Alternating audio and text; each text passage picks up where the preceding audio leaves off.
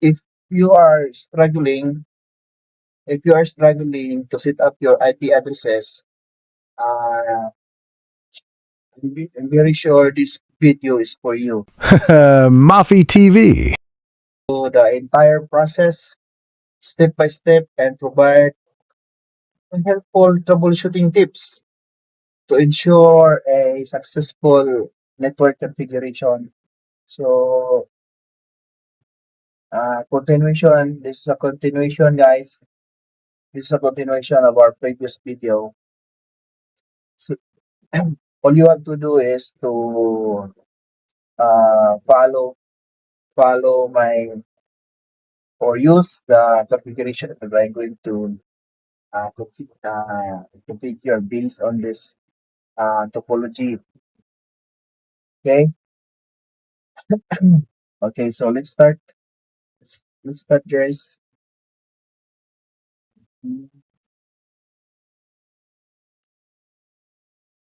So, ito na siya. So, yan.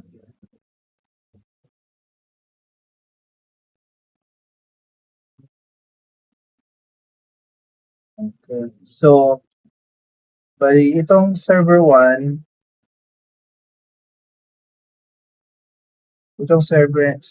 guys, lalagyan natin 'to ng IP address.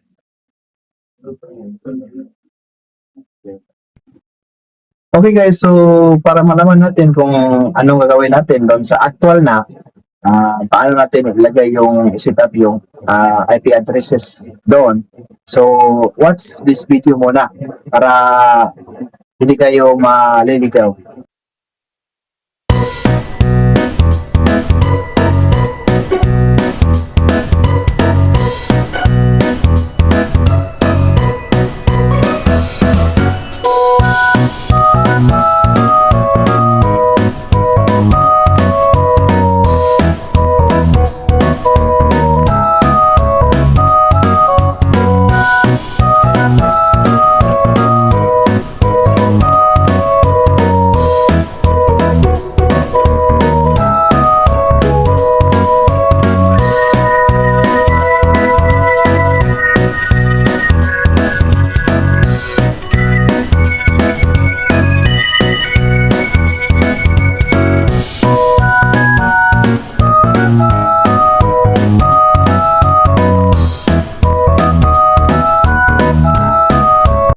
Ayan.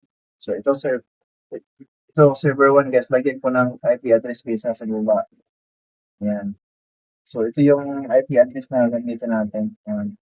192.168. Ano yung pala 168? Then that 2. And so 192.168.10.2.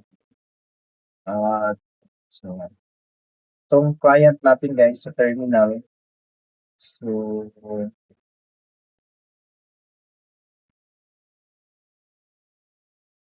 sa client terminal natin, lagyan din natin 'to ng IP address. So sa server, ang unang network muna ang tatrabahuin natin guys sa 192.168.10.2. So dapat sundan nyo lang guys kasi ito yung configuration na ginagamit ko sa school. Okay, nag-work naman. Though hindi tayo master dito, we are not master of any networking. Basic lang no, alam natin. Pero nag-work naman siya. Next. So, wait. Tapusin ko muna to guys. Ito yung 255, 255, 255 XL. Then, ito rin, 9.1, 92.168. Then, that, 3, yan. Then, 3 lang yung, ito, submit mask. 255.0. Ayan. Ayan. Sundan nyo lang ha.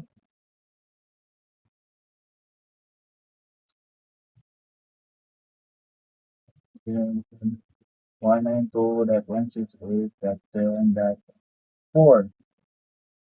255.255.255.0. Ayan. Sundan nyo lang guys. I'm very sure, ano, gagana yung ano ninyo. PC nyo. Then, 4, 255.255.255.0. Ayan. Yung 192.168.10.5. 255 that yung submit mas pa rin the same line. Let's share.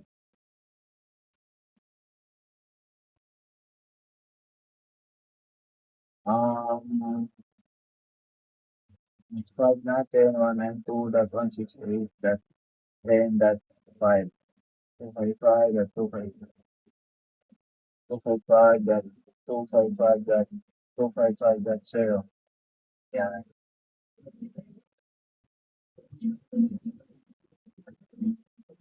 192.168.10. Ano? Ito guys, ito problema to. Magkakaproblema tayo. Kasi dapat unique yung mga IP address ha. Make it sure that all the IP addresses,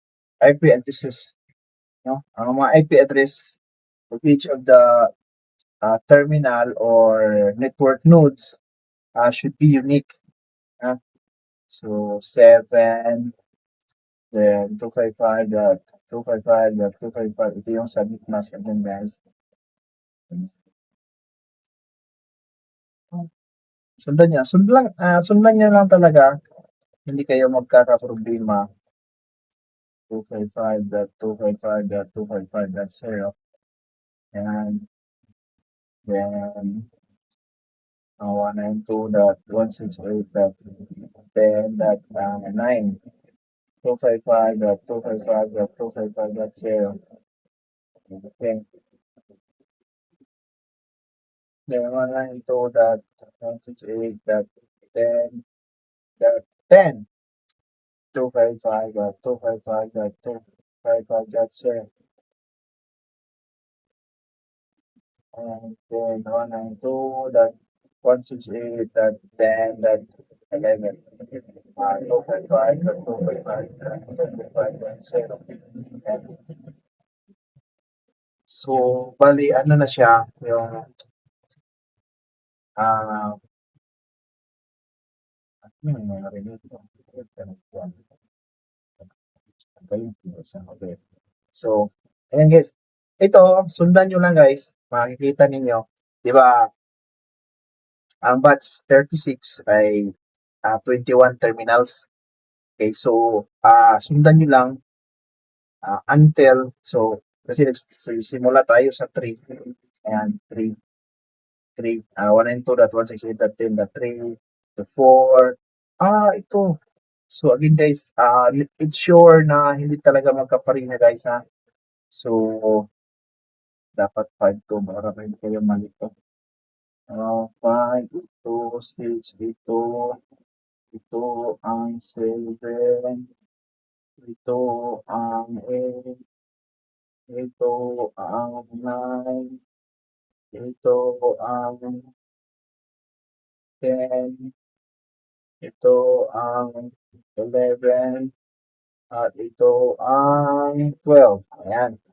So, then, dahil may 21 workstation tayo, then, ipagpalagay natin na, kumpleto pa yung terminals ninyo, hindi pa sira yung hub, yung share hub, tsaka yung monitor ninyo, working pa, so 21.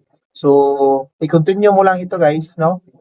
Yung IP address 192.168.10.12, 192.168.10.13, 192.168.10.14 until malagyan mo ng IP address yung buong 21 terminals. Okay? So, ngayon guys, ito na rin. So, tapos na tayo nag-set ng IP address, nag-set ng IP address sa network 1, sa unang network. Ngayon, ang gagawin naman natin, mag-set IP address rin tayo sa network 2. Okay? Mas magandang practice guys, mas magandang practice based sa experience ko ito guys ha. Mas maganda ang practice guys kung nagpapa-under kayo nito, ah, unahin nyo muna ang network 1. Unahin nyo muna ang network 1.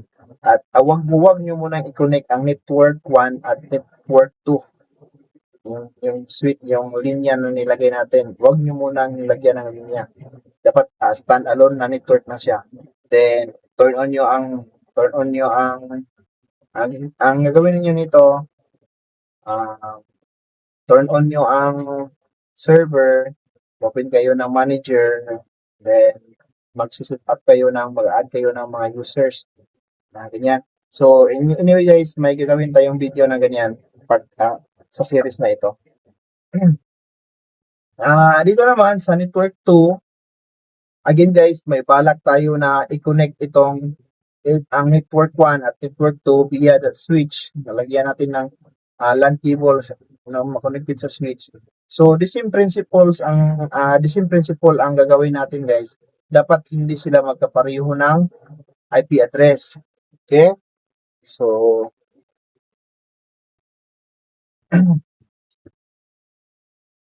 ang gagawin ko ngayon, lagyan ko ng IP address.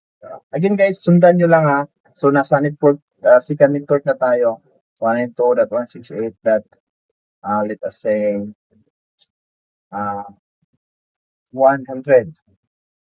So, 100.2. Yan. So, 100.2. Then, lagyan din natin to ng subnet mask. Ising subnet mask. Ayan. Then, lagyan natin ng IP address. Ayan. 192.168.100.3. 255.255.255.0. Ayan. Ayan. Then, ito rin guys, 192.168.100.4. Then, 255.255.255.0. Ayan. Then, move on lang tayo guys, 192.168.100.4. Then, 255.255.255.0. Mali pala. Dapat 5 ito guys. Again, very crucial, make it sure that all the IP address is unique to each other ha. Kasi pag nagko-conflict yan, hindi talaga yan magko-connect. 192.168.100.5. 255.255.255.0. Anak ko, mali. And dito, break natin. Yan. Ito,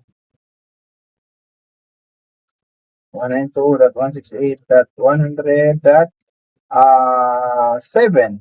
255.255.255.0. So, continue lang tayo guys. Ito lang yung trabaho natin. So, akala ng iba guys, madali yung trabaho natin. Hindi. Again guys, hindi tayo sponsored ni DFPS ha.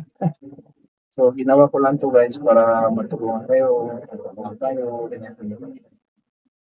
So, yan, 192.168.100.9 and 255.255.255.0. Ayun. Ito.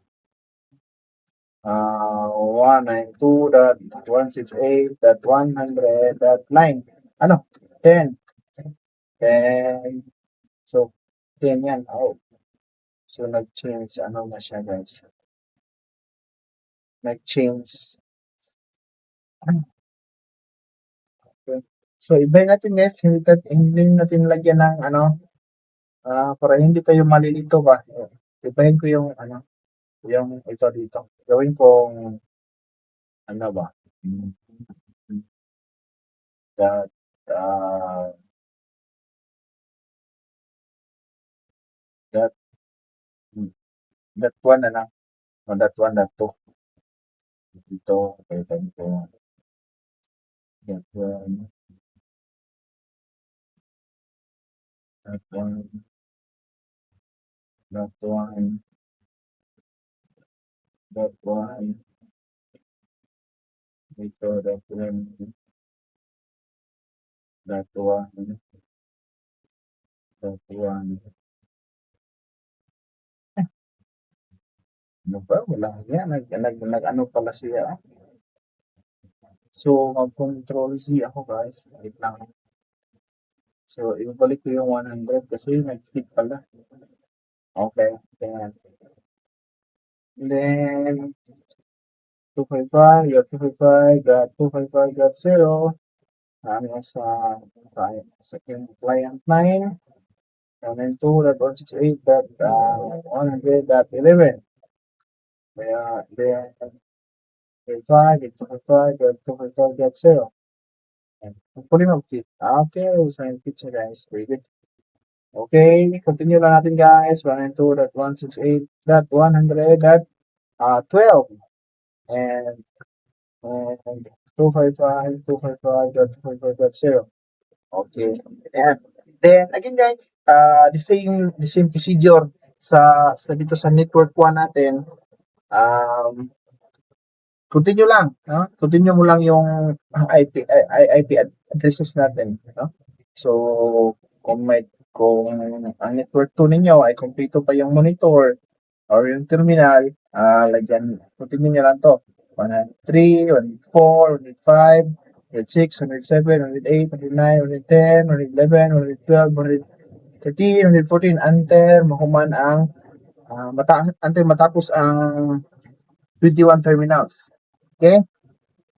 So, ngayon guys, ito na yung addresses natin. Ha? Ang kagandahan sa addresses na ito guys, ay hindi siya magpo-conflict, especially pag yung dalawang network ay kinonect na natin. Ganyan ito. No? Yan. Kinonect na natin yan. So, hindi siya magpo-conflict. So, dapat, na yan. Dapat nagko-connect na yan. Wala nang dahilan-dahilan. No? Kung hindi yan magko-connect, malas talaga ang buhay.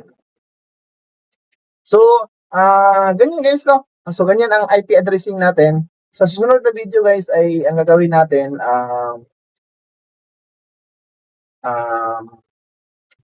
ang gagawin natin sa susunod na video, i-explain ko yung lagyan natin, sa susunod na video guys, dito, lagyan natin ng Wi-Fi, lagyan natin ng wireless, lagyan natin ng wireless connectivity ang ating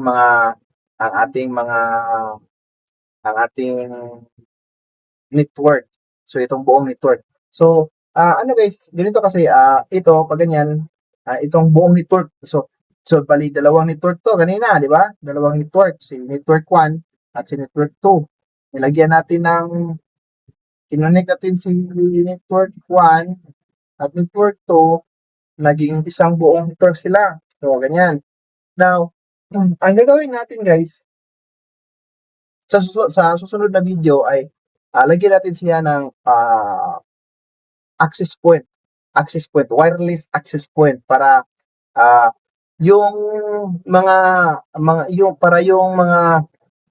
laptop, yung tablet, yung phone, pwede siya mag-connect. Pwede siya mag-connect sa network. Makuha.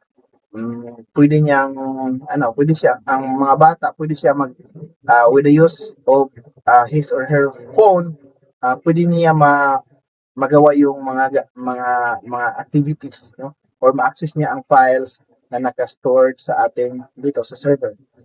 Okay? So uh,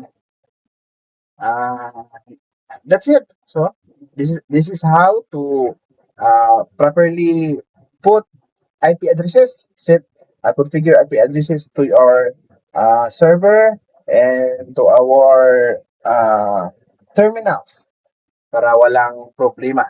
Okay, so that's all for now, guys. So I hope this video nakatulong sa inyo and